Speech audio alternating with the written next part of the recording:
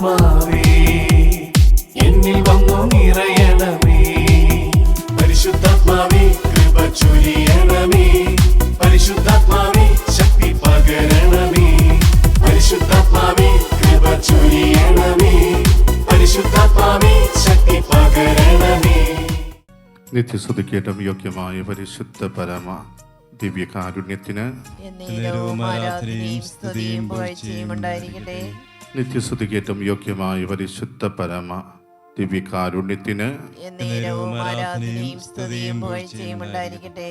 നിത്യസ്തുതിക്കേറ്റം യോഗ്യമായ പരിശുദ്ധ പരമ ദിവ്യകാരുണ്യത്തിന് സ്നേഹമുള്ളവരെ, നാം കൃപയുടെ സമയത്തിലേക്ക് പ്രവേശിക്കുമ്പോൾ കഴിഞ്ഞ ദിവസം നമ്മെ ഓരോരുത്തരെയും കാത്തു പരിപാലിച്ച് നല്ലവനായ തമ്പുരാന് നമുക്ക് പ്രത്യേകം നന്ദി അർപ്പിക്കാം. കർത്താവിൻ്റെ കരുണ എന്നും ഏറ്റുവാങ്ങുവാൻ നമ്മളെ ഓരോരുത്തരെയും അനുവദിച്ചതിനെ ഓർത്ത് കർത്താവിൻ്റെ സന്നിധിയിൽ അവിടത്തേക്ക് നന്ദി പറയുകയും നമുക്ക് അവിടുത്തെ ആരാധിക്കുകയും ചെയ്യാം. ഇന്ന് ഈ കൃപയുടെ സമയത്ത് നാം ഓരോരുത്തരുമായിരിക്കുമ്പോൾ യോഹന്നാന്റെ സുവിശേഷം 15-ാം അധ്യായം 1 മുതൽ 10 വരെയുള്ള തിരുവചനങ്ങൾ വായിച്ച് നമുക്ക് ധ്യാനിക്കാം. ഞാൻ സാക്ഷാൽ മുന്തിരിച്ചെടിയും എൻ്റെ പിതാവ് കൃഷിക്കാരനുമാണ്. എൻ്റെ ശാഖകളിൽ ഫലം തരാത്ത എന്നെ അവിടുന്ന് നീക്കിക്കളയുന്നു. എന്നാൽ ഫലം തരുന്നതിനെ കൂടുതൽ കായ്ക്കാനായി അവിടുന്ന് വെട്ടിയൊരുക്കുകയും ചെയ്യുന്നു. ഞാൻ നിങ്ങളോട് പറഞ്ഞ വചനം നിമിത്തം നിങ്ങൾ ശുദ്ധിയുള്ളവരായിരിക്കുവിൻ. നിങ്ങൾ എന്നിൽ വസിക്കുവിൻ, ഞാൻ നിങ്ങളിലും വസിക്കും. മുന്തിരിച്ചെടിയിൽ നിൽക്കാത്ത ശാഖയ്ക്ക് സ്വയമേവ ഫലം പുറപ്പെടുവിക്കാൻ സാധിക്കാത്തതുപോലെ എന്നിൽ വസിക്കുന്നില്ലെങ്കിൽ നിങ്ങൾക്കും സാധിക്കുകയില്ല. ഞാൻ മുന്തിരിച്ചെടിയും നിങ്ങൾ ശാഖകളുമാണ്. ആരെന്നിലും ഞാൻ അവനിലും വസിക്കുന്നുവോ അവൻ ഏറെ ഫലം പുറപ്പെടുവിക്കുന്നു. എന്നെ കൂടാതെ നിങ്ങൾക്ക് ഒന്നും ചെയ്യാൻ കഴിയുകയില്ല. എന്നിൽ വസിക്കാത്തവൻ മുറിച്ച ശാഖ പോലെ പുറത്തെറിയപ്പെടുകയും ഉണങ്ങിപ്പോവുകയും ചെയ്യുന്നു. അത്തരം കമ്പുകൾ ശേഖരിച്ച് തീയിലിട്ട് കത്തിച്ചു കളയുന്നു. നിങ്ങൾ എന്നിൽ വസിക്കുകയും എൻ്റെ വാക്കുകൾ നിങ്ങളിൽ നിലനിൽക്കുകയും ചെയ്യുന്നെങ്കിൽ ഇഷ്ടമുള്ളത് ചോദിച്ചു കൊള്ളുക, നിങ്ങൾക്ക് ലഭിക്കും. നിങ്ങൾ ധാരാളം ഫലം പുറപ്പെടുവിക്കുകയും അങ്ങനെ എൻ്റെ ശിഷ്യന്മാരായിരിക്കുകയും ചെയ്യുന്നത് വഴി പിതാവ് മഹത്വപ്പെടുന്നു. പിതാവ് എന്നെ സ്നേഹിച്ചതുപോലെ ഞാനും നിങ്ങളെ സ്നേഹിച്ചു. നിങ്ങൾ എൻ്റെ സ്നേഹത്തിൽ നിലനിൽക്കുവിൻ. ഞാൻ എൻ്റെ പിതാവിൻ്റെ കൽപ്പനകൾ പാലിച്ച് അവിടുത്തെ സ്നേഹത്തിൽ നിലനിൽക്കുന്നത് പോലെ നിങ്ങൾ എൻ്റെ കൽപ്പനകൾ പാലിച്ചാൽ എൻ്റെ സ്നേഹത്തിൽ നിലനിൽക്കും. സ്നേഹമുള്ളവരെ, ഈ ഒരു വചനത്തിലൂടെ നമ്മൾ ധ്യാനിക്കാൻ പോകുന്നത് കർത്താവ് ഈ ഒരു അവസ്ഥയിലും നമ്മളെ എപ്രകാരം കാത്തു പരിപാലിക്കുന്നു. പലപ്പോഴും മുന്തിരിച്ചെടിയിലെ ശാഖ വെട്ടിയൊരുക്കുന്നതായിട്ട് തുടക്കത്തിലെ തന്നെ പറയുന്നുണ്ട്. വെട്ടിയൊരുക്കപ്പെടുന്നത് എപ്പോഴാണ്? അത് ഫലം തരുമ്പോൾ കൂടുതൽ ഫലം കായ്ക്കുവാൻ വേണ്ടിയാണ് മുന്തിരിച്ചെടിയിലെ ശാഖകൾ നമ്മൾ വെട്ടിയൊരുക്കുക. വെട്ടിയൊരുക്കാതെ അതിനെ വളരുവാൻ അനുവദിച്ചു കഴിഞ്ഞാൽ നമ്മൾ ഉദ്ദേശിക്കുന്ന ഫലം അതിൽ നിന്ന് ലഭിക്കുകയില്ല.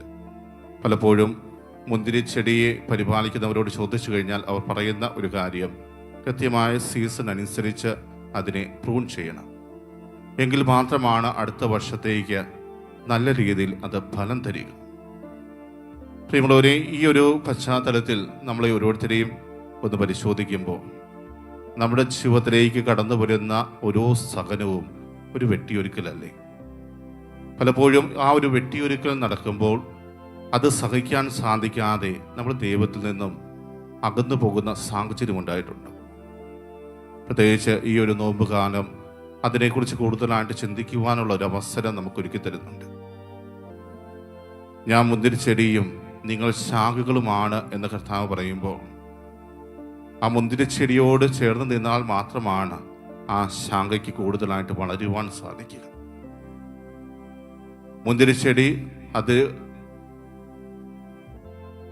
ഭൂമിയിൽ നിന്ന് വളമെല്ലാം ശേഖരിച്ച് അതിൻ്റെ ശാഖകളിലേക്ക് പകർന്നു നൽകുമ്പോൾ മാത്രമാണ് ആ ശാഖ ആരോഗ്യത്തോടുകൂടെ വളർന്നു വലുതായിട്ട് വരിക. എന്നാൽ ഈ മുന്തിരിച്ചെടിയിൽ നിന്ന് ഒന്നും ശേഖരിക്കുവാൻ എനിക്ക് താല്പര്യമില്ല എന്ന് പറഞ്ഞ് തനിക്ക് ഇഷ്ടമുള്ളതുപോലെ ആ ശാഖ വളരാൻ ആഗ്രഹിച്ചാൽ അത് ഒരിക്കലും നടക്കുന്ന ഒരു കാര്യമല്ല. ഉടനെ തന്നെ അത് ശോഷിച്ചു പോകും, പതിയെ ഉണങ്ങിപ്പോകുന്ന ഒരവസ്ഥയിലേക്ക് എത്തുന്നത് നമുക്ക് കാണുവാൻ സാധിക്കും. പല മരങ്ങളും നമ്മൾ പരിശോധിക്കുകയാണെങ്കിൽ ആ ഒരു അവസ്ഥ നമുക്ക് കാണാം. ആ ശാഖ അത് മുന്തിരിച്ചെടിയോട് ചേർന്ന് നിൽക്കുന്നത് പോലെ തന്നെയായിരിക്കും മരക്കൊമ്പുകൾ ആ മരത്തോട് ചേർന്ന് നിൽക്കുന്നത്, പക്ഷേ ഉണങ്ങിപ്പോകുന്ന ഒരു സാഹചര്യം. അതിന് വേണ്ട പോഷണങ്ങൾ അതിൽ നിന്ന് ലഭിക്കാതെ വരുമ്പോഴാണ് അത് സംഭവിക്കുക. പ്രിയമുള്ളവരെ, നമ്മുടെ ജീവിതത്തിൽ എപ്പോഴും കർത്താവിനോട് ചേർന്ന് നിന്ന് കർത്താവിൽ നിന്ന് കൂടുതലായിട്ട് ഫലങ്ങൾ ശേഖരിക്കേണ്ടതുണ്ട്. കർത്താവ് നൽകുന്ന ഓരോ അനുഗ്രഹങ്ങളും നമ്മുടെ ജീവിതത്തിലേക്ക് ചേർത്ത് വെച്ച് അതിൽ ആത്മീയമായി വളരുവാൻ നമ്മൾ പരിശ്രമിച്ചാൽ മാത്രമാണ് നമ്മുടെ ജീവിതത്തിൽ നമുക്ക് വിജയം കണ്ടെത്തുവാൻ സാധിക്കുക.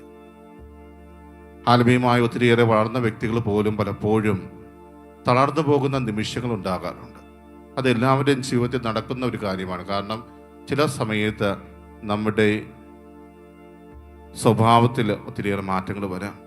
നമുക്ക് ദൈവത്തിൽ നിന്ന് ഒന്നും ലഭിക്കാത്ത ഒരവസ്ഥ നമുക്കുണ്ടാകാം. ഒരു എംപ്റ്റി സ്ലേറ്റ് പോലെ അതിലൊന്നുമില്ലാത്തൊരു അവസ്ഥയിലൂടെ നമുക്ക് കടന്നു പോകേണ്ടതായിട്ട് വരും. ഞാൻ ആത്മീയമായ ഒരു വ്യക്തിയായിരുന്നു, പക്ഷെ ഇപ്പോൾ എനിക്കൊന്നും ദൈവത്തെ അനുഭവിക്കാൻ സാധിക്കുന്നില്ല. എന്തോ ഒരു മരവിപ്പ് ബാധിച്ചതുപോലെ കർത്താവിൻ്റെ സന്നിധിയിൽ ഇരിക്കുന്നുണ്ട്, പക്ഷേ എനിക്കൊന്നും നേടുവാൻ സാധിക്കുന്നില്ല. മുമ്പ് കർത്താവിൻ്റെ സന്നിധിയിൽ ഇരിക്കുമ്പോൾ വലിയൊരു അനുഭൂതിയായിരുന്നു ഞാൻ അനുഭവിച്ചു കൊണ്ടിരുന്നത്. പക്ഷേ ഇപ്പോൾ കർത്താവിൻ്റെ സന്നിധിയിൽ ഇരിക്കുമ്പോൾ ആ ഒരു അനുഭൂതി എനിക്ക് എവിടെയോ നഷ്ടമാകുന്നു. ആത്മീയതയിൽ വളർന്ന വ്യക്തികൾക്ക് പോലും ഉണ്ടായ ഒരു അനുഭവമാണ്. അത്രമാത്രം ആത്മീയതയിൽ വളർന്ന വ്യക്തികൾക്ക് പോലും ഇതുപോലെ ഒരു അനുഭവം ഉണ്ടാകുന്നുണ്ടെങ്കിൽ നമ്മളെ പോലെ സാധാരണക്കാരായ ജനങ്ങൾക്ക് തീർച്ചയായും അതിനേക്കാൾ ഉപരി ഉണ്ടാകാനുള്ള സാധ്യതയുണ്ട്. അതുകൊണ്ട് ഈ മുന്തിരിച്ചെടിയോട് ശാഖ ചേർന്ന് നിൽക്കുന്നത് പോലെ നമ്മൾ ദൈവവുമായി ചേർന്ന് നിന്നാൽ മാത്രമാണ് ഇതിനെയെല്ലാം തരണം ചെയ്യുവാൻ സാധിക്കുക. അതേസമയം കൂടുതൽ ഫലം തരുവാൻ വേണ്ടി മുന്തിരിച്ചെടിയെ ശാഖകൾ വെട്ടിയൊരുക്കുന്നത് പോലെ നമ്മുടെ ജീവിതത്തിലും പല പരീക്ഷണങ്ങൾ കടന്നു വരാം. ഒരുപക്ഷെ നമ്മൾ സ്നേഹിക്കുന്ന വ്യക്തികളിൽ നിന്ന് പോലും ഒത്തിരിയേറെ തിക്ത അനുഭവങ്ങൾ നമ്മുടെ ജീവിതത്തിലേക്ക് കടന്നു വരാം. ഒത്തിരിയേറെ വെല്ലുവിളികൾ നമ്മൾ നേരിടേണ്ടതായിട്ട് വരാം. എന്ത് കാര്യം ചെയ്താലും വിജയം കാണാത്ത ഒരവസ്ഥയിലൂടെ കടന്നു പോകേണ്ടതായിട്ട് വരാം. ഞാൻ സ്നേഹിക്കുന്ന വ്യക്തികൾ പോലും എന്നെ വിശ്വസിക്കാത്ത ഒരവസ്ഥയിലേക്ക് ഞാൻ വീണു പോകുന്ന സാഹചര്യമുണ്ടാകാം. എല്ലാവരും എന്നെ മാറ്റി നിർത്തുന്ന ഒരവസ്ഥ, എല്ലാവരും എന്നെ പുച്ഛിക്കുന്ന ഒരവസ്ഥ, ഒരു തരത്തിലും വിജയം കാണാതെ പരാജയത്തിൻ്റെ വഴികളിലൂടെ നടന്നു പോകുമ്പോൾ അത് പല വ്യക്തികളെ സംബന്ധിച്ചും അംഗീകരിച്ചു കൊടുക്കുവാൻ സാധിക്കില്ല. ഇത് ദൈവം അറിഞ്ഞ് എൻ്റെ ജീവിതത്തിൽ നടക്കുന്ന ഒന്നാണ് എന്ന് പറയുവാൻ ഒരു വ്യക്തിയും തയ്യാറാകില്ല. എന്തുകൊണ്ടാണ്? കാരണം നമ്മൾ ദൈവത്തിൽ നിന്ന് അങ്ങനെയൊന്ന് പ്രതീക്ഷിക്കുന്നില്ല. അതേസമയം ദൈവത്തോട് ചേർന്ന് നിൽക്കുന്ന വ്യക്തികളുടെ ജീവിതത്തിലെല്ലാം തന്നെ ഒത്തിരിയേറെ പരീക്ഷണങ്ങൾ ഉണ്ടായിട്ടുണ്ട്. ഒത്തിരിയേറെ പീഡാസഹനത്തിലൂടെ കടന്നു പോകേണ്ടതായിട്ടുണ്ട്. യേശു തൻ്റെ പ്രിയ ശിഷ്യന്മാരെ തിരഞ്ഞെടുക്കുമ്പോഴും അവരോട് പറഞ്ഞ കാര്യം, എൻ്റെ നാമത്തെ പ്രതി നിങ്ങളെല്ലാവരും ദോഷിക്കും. എന്തുകൊണ്ടാണ് അത് യേശു കൃത്യമായിട്ട് പറഞ്ഞു കൊടുക്കുന്നത്? കാരണം ഇതുപോലെയുള്ള സാഹചര്യങ്ങൾ വരുമ്പോൾ അവർ ഒരിക്കലും തളർന്നു പോകരുത്. എൻ്റെ കഴിഞ്ഞ ഒരു വീഡിയോയിൽ ഞാൻ പരിചയപ്പെട്ട ഒരു സഹോദരനെ കുറിച്ച് വിവരിക്കുകയുണ്ടായി. അവിടെ വളരെ വ്യക്തമായിട്ട് ആ സഹോദരൻ എന്നോട് സംസാരിച്ച ഒരു കാര്യം പറയുന്നുണ്ട്. സ്വന്തം കുടുംബത്തിലുള്ളവർ പോലും അവനെ എതിർത്ത സമയം, സ്വന്തം കുടുംബത്തിലുള്ളവർ മാത്രമല്ല, ആ സമൂഹത്തിൽപ്പെട്ട ഒത്തിരിയേറെ ആളുകൾ, പ്രത്യേകിച്ച് മറ്റൊരു സമുദായത്തിൽ നിന്ന് നമ്മുടെ വിശ്വാസത്തിലേക്ക് കടന്നു വരുന്ന ഒരു വ്യക്തി എന്ന നിലയിൽ അവനായിരുന്ന ആ സമൂഹം മുഴുവൻ അവനെ മാറ്റി നിർത്തി. അവൻ്റെ ജീവന് പോലും ഭീഷണിയുണ്ടായി. സ്വന്തം സഹോദരങ്ങളും മാതാപിതാക്കളും ഒന്നും സംസാരിക്കാത്ത ഒരവസ്ഥയിലൂടെ അവൻ കടന്നുപോയി. അപ്പോഴെല്ലാം അവൻ്റെ ധൈര്യം പകർന്നത് ക്രിസ്തുവിലുള്ള അവൻ്റെ വിശ്വാസമാണ്. ആ ഒരു വിശ്വാസത്തിലേക്ക് അവൻ കടന്നു വരുന്നതിന് മുമ്പ് ദിവസേന പള്ളിയിൽ പോയി അതിൽ നിന്നും ധൈര്യം സംഭരിച്ച് ക്രിസ്തുവിനോട് ചേർന്ന് നിന്ന് ശക്തി സംഭരിച്ച് മുന്നോട്ട് പോയപ്പോൾ അവനെ എതിർത്തവരോടെല്ലാം അവന് പറയാനുണ്ടത്, നിങ്ങൾ എന്നെ വെട്ടി നുറുക്കിയാലും ഞാൻ എൻ്റെ വിശ്വാസം വെടിയില്ല. നിങ്ങൾ ഏതെല്ലാം രീതിയിൽ എന്നെ മാറ്റി നിർത്തിയാലും എൻ്റെ വിശ്വാസം ഞാൻ വെടിയില്ല. മാതാപിതാക്കൾക്കെല്ലാം ഒത്തിരിയേറെ വേദനയുണ്ടായ ഒരു സംഭവം. നല്ല സ്വഭാവമുള്ള ഒരു വ്യക്തിയായിരുന്നു അവൻ. പക്ഷേ അവൻ്റെ പെട്ടെന്നുള്ള ആ ഒരു മാറ്റം അംഗീകരിക്കുവാൻ അവർക്ക് സാധിച്ചില്ല. അതുകൊണ്ട് തന്നെ അവനോട് വീട്ടിൽ നിന്നും ഇറങ്ങിപ്പോകുവാൻ പറഞ്ഞപ്പോഴും അവൻ തളർന്നില്ല. കാരണം യേശു എന്നെ വഴി നടത്തുമെന്നുള്ള ഒരു വിശ്വാസ പ്രഖ്യാപനം അവൻ്റെ ജീവിതത്തിൽ ഉണ്ടായിരുന്നു. പ്രിയമുള്ളവരെ, ഒരു അന്യമതസ്ഥനായ ഒരു വ്യക്തിയുടെ വിശ്വാസ തീഷ്ണതയെക്കുറിച്ചാണ് ഞാൻ ഇവിടെ നിങ്ങളോട് സൂചിപ്പിക്കുക. ആ വ്യക്തി പിന്നീട് പല രീതിയിലും ദൈവം അനുഗ്രഹിച്ചതിനെക്കുറിച്ച് ഷെയർ ചെയ്തിട്ടുണ്ട്. അപ്പോഴെല്ലാം അവൻ്റെ മനസ്സിലുണ്ടായിരുന്നത്, ഞാൻ എടുത്ത തീരുമാനം ഒരിക്കലും തെറ്റിയിട്ടില്ല. അതിനിടയിൽ ഒത്തിരിയേറെ തിക്ത അനുഭവങ്ങൾ അവൻ്റെ കുടുംബത്തിൽ നിന്ന് തന്നെ ഉണ്ടായി. അവൻ്റെ സ്വന്തം സഹോദരൻ്റെ ചിത കത്തിക്കുവാൻ പോലുമുള്ള അവസരം നിഷേധിക്കപ്പെടുന്ന സാഹചര്യമുണ്ടായി. സ്വന്തം ജ്യേഷ്ഠ സഹോദരൻ്റെ മൃതശരീരത്തിന് മുമ്പിൽ നിന്നും ഇറങ്ങിപ്പോകുവാൻ അവർ പറയുമ്പോൾ ഒത്തിരിയേറെ വേദനയോടെ അവൻ അവിടെ നിന്ന് ഇറങ്ങിപ്പോന്നപ്പോഴും അവനൊരിക്കലും യേശു എന്ന നാമത്തെ പഴിച്ചില്ല.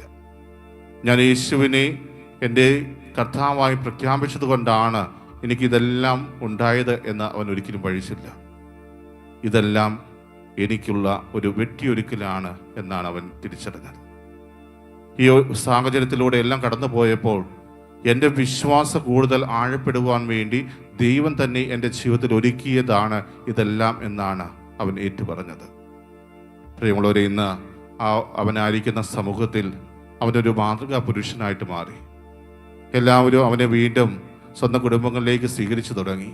മാതാപിതാക്കളും അവൻ്റെ അനിയനും എല്ലാം ഇന്ന് അവനോടൊപ്പമുണ്ട്. അവൻ്റെ വിശ്വാസത്തിൽ മാറ്റം വന്നിട്ടില്ല. പക്ഷേ എങ്കിൽ പോലും ഇന്ന് ആ വ്യക്തിയെ അംഗീകരിക്കുവാനും അവന് നഷ്ടമായതെല്ലാം തിരികെ കൊടുക്കുവാനും അവർക്ക് സാധിക്കുന്നുണ്ട്.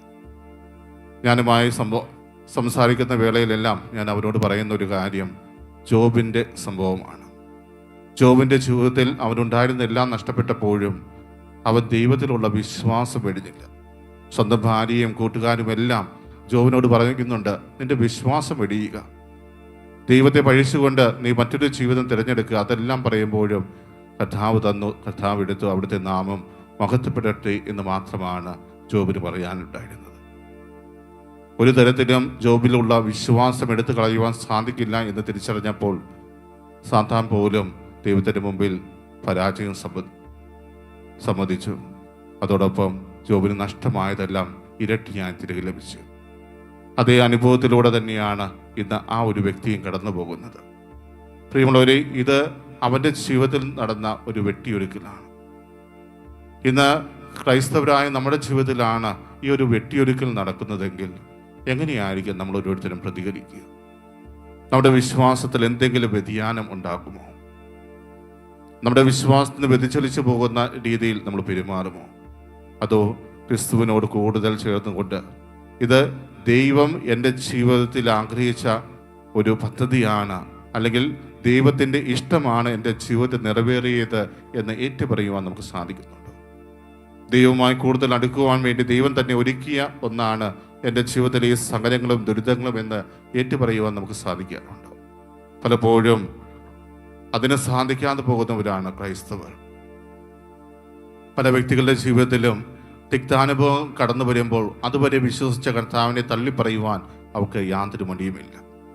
പ്രിയമുള്ളവർ, അങ്ങനെയുള്ള ഇടങ്ങളിലാണ് വിശുദ്ധരുടെയും ഇതുപോലെ നമ്മൾ കണ്ടുമുട്ടുന്ന ഓരോ വ്യക്തികളുടെയും വിശ്വാസ ജീവിതം വലിയൊരു പാഠമായിട്ട് മാറുക. ഇവിടെ കർത്താവ് നമ്മോട് പറയുന്ന ഒരു കാര്യം ഉണ്ട്. മുന്തിരിച്ചെടിയിൽ നിൽക്കാത്ത ശാഖയ്ക്ക് സ്വയമേവ ഫലം പുറപ്പെടുവിക്കാൻ സാധിക്കാത്തതുപോലെ എന്നിൽ വസിക്കുന്നില്ലെങ്കിൽ നിങ്ങൾക്കും സാധിക്കുകയില്ല. ഇതുപോലെ തിക്താനുഭവങ്ങളൊക്കെ നമ്മുടെ ജീവിതത്തിൽ കടന്നു വരുമ്പോൾ ഇനി ദൈവത്തെ ആവശ്യമില്ല, എനിക്ക് എല്ലാം നേടുവാൻ സാധിക്കും, എനിക്ക് അതിനുള്ള കഴിവുണ്ട് എന്ന് ചിന്തിച്ചു കഴിഞ്ഞാൽ പ്രിയമുള്ളവരെ, നമ്മുടെ ജീവിതത്തിൽ നമുക്കൊന്നും നേടുവാൻ സാധിക്കില്ല. അതെല്ലാം പരാജയമായിട്ട് മാറുന്നത് നമുക്ക് ദർശിക്കുവാൻ സാധിക്കും. അതുകൊണ്ട് ഇന്ന് ഈ തിരുമണിക്കൂറിൽ കർത്താവിൻ്റെ സന്നിധിയിലായിരിക്കുമ്പോൾ ഞാൻ എൻ്റെ കർത്താവിനോട് ചേർന്ന് നിൽക്കുന്ന ഒരു വ്യക്തിയാണ്. കർത്താവ് എൻ്റെ ജീവിതത്തിൽ നൽകുന്ന വെട്ടിയൊരുക്കൽ ഞാൻ എങ്ങനെയാണ് സ്വീകരിക്കുന്നത്? ഈ നോമ്പ് കാലത്ത് അതിനെക്കുറിച്ച് കൂടുതലായിട്ട് ധ്യാനിക്കുവാൻ എനിക്ക് സാധിച്ചിട്ടുണ്ട്. എൻ്റെ കർത്താവിൽ നിന്ന് എത്രമാത്രം തിക്താനുഭവങ്ങൾ ഉണ്ടായാലും അവനിലുള്ള വിശ്വാസം വെടിയാതെ നിൽക്കുവാൻ എനിക്ക് സാധിക്കുമോ?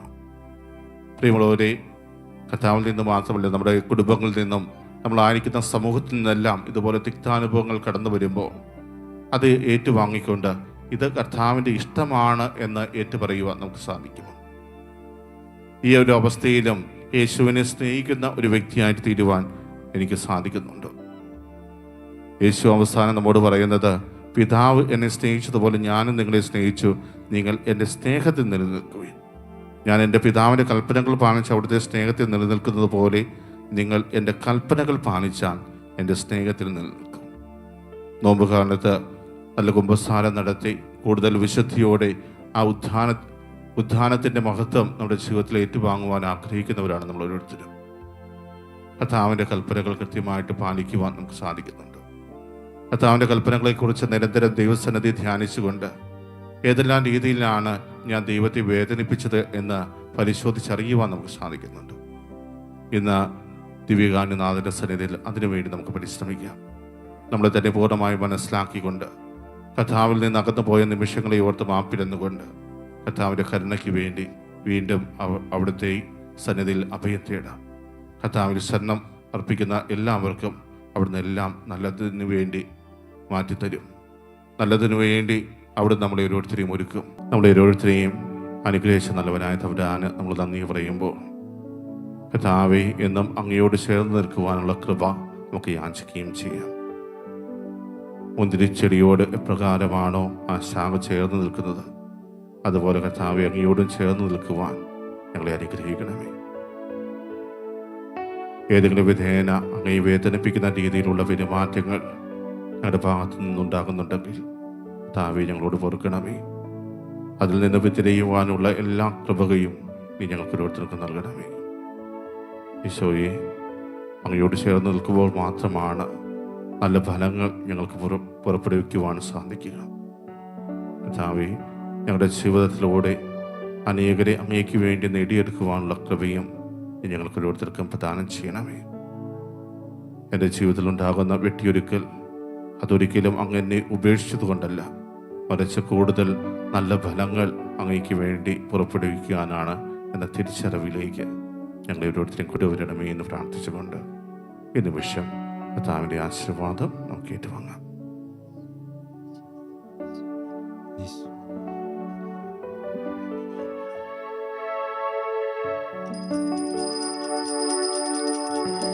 ആരാധന ആരാധന ആരാധന യേശുനാഥ, പരിശുദ്ധ പരമമാ ദിവ്യകാരുണ്യമേ, എന്നുമെന്നും അങ്ങേയ്ക്കാ